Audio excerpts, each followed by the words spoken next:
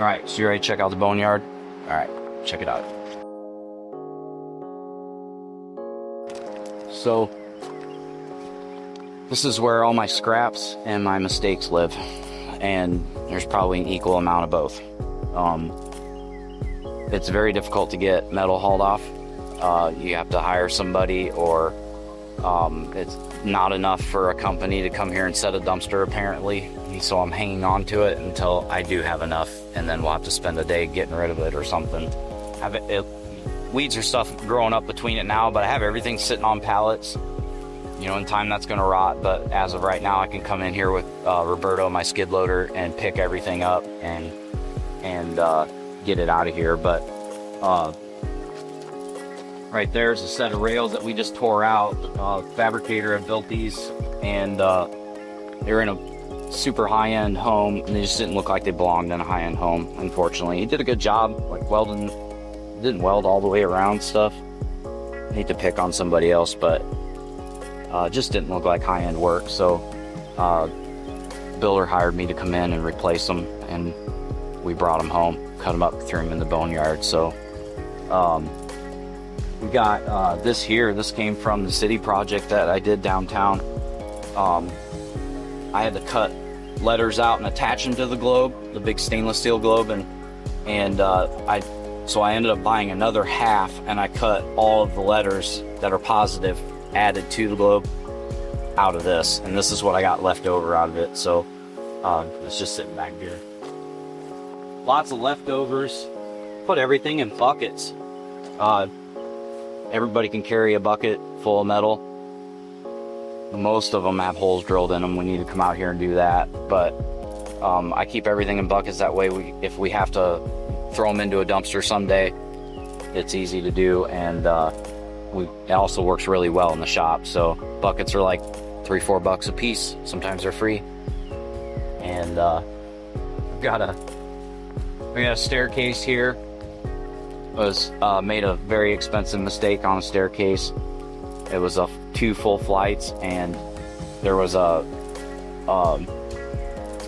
code issue, actually the trim carpenter caught it before an inspector or anybody else. It was actually like the day after install, and so I didn't have I had about 80 inches once the tread was on from the top of the tread to where the upper landing was, and so I had to actually remove a step out of it and then change the angle, everything. I had to rebuild the whole section, and so that still sits there and reminds me of another mistake. So we got a lot of CNC cutouts stacked up. Just always thought it'd be cool to save them, and then holy crap, they just stack up on me. So we got all of these here, all of these here. Just cut-offs from that door we did down at the bank,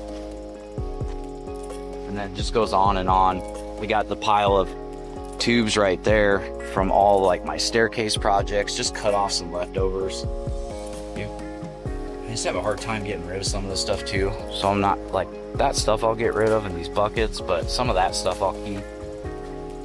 Drill press stand that we threw away.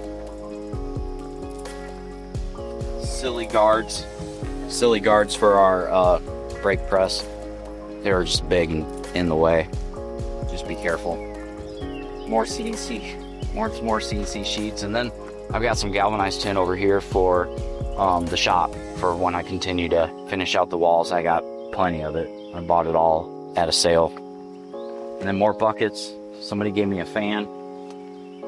These are sheets right here that I've laid out so that Mother Nature can rust them for me, and then I can cut things out of them. So these are leftover sheets from projects where it just took, we didn't need a full sheet. I always buy it in full sheets if I can, and so I let it rain. I'll come out here sometimes and throw stuff on it, whether it be salt or vinegar or acid, just anything. Play around, get like a cool look if I can, and then let the rain and stuff have at it. So I just did a project, and I realized I ran out, so I got to get some going. And there's more scrap. We're adding on a bathroom. Up until now, the guys have had to use the trees, and that's not very cool. So but we got a bathroom. We're just growing like crazy and can only do so much. So we just got the concrete done, and so now it's kind of on me. I've been doing stuff like this in the evenings and weekends from doing work. So I've got a landscaping project in front of my house I'm finishing up right now, and then I'll start working on this on evenings and weekends and get it done.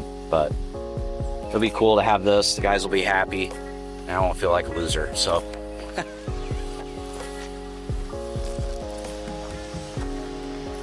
we got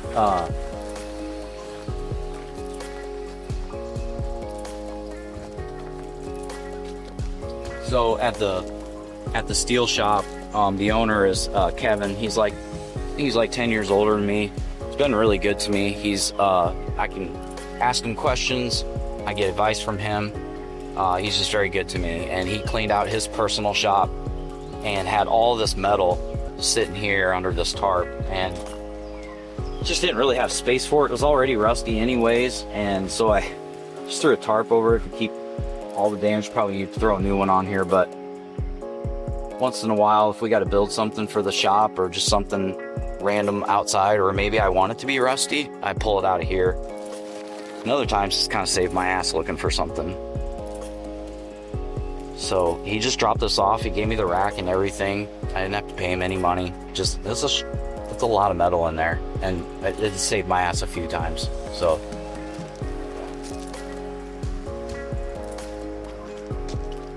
see my, oh wow, somebody took the handlebars up.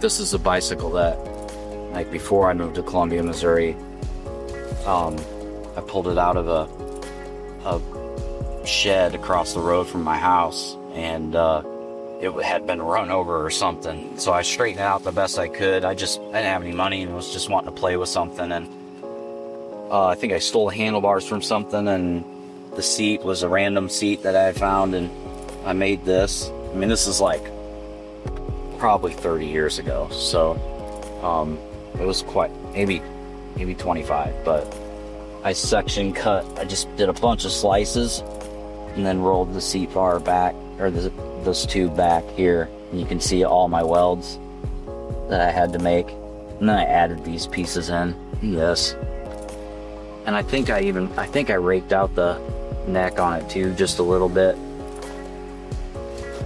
But and then an old Schwinn too. I didn't make that. It rides like shit. It's bent. The crank's bent. It's horrible. But it's been sitting outside for years, and I can't seem to throw it away, but I don't want to keep it inside either, so I think that's it.